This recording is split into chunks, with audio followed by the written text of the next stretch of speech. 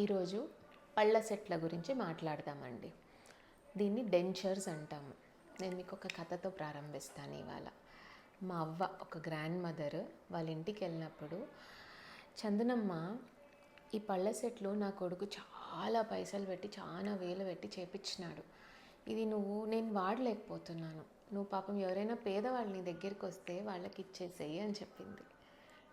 అలా చేయొచ్చా అండి? నేను ఒక నవ్వు నవ్వాను. ఇంక నేను ఆవిడకి ఏం చెప్పలేని స్థితిలో ఉన్నాను. సరే అనేసి, firstly let me tell you all, ఒకరికి తయారు చేసిన పళ్ళ సెట్ డెంచర్స్ వేరే వాళ్ళకి పెట్టడం జరగదండి. ఒకరికి ఉన్న ఎముక సైజు ఇంకొకరికి ఉండదు. సో డెంచర్స్ అన్నటివి they are tailor made, custom made for that one person only.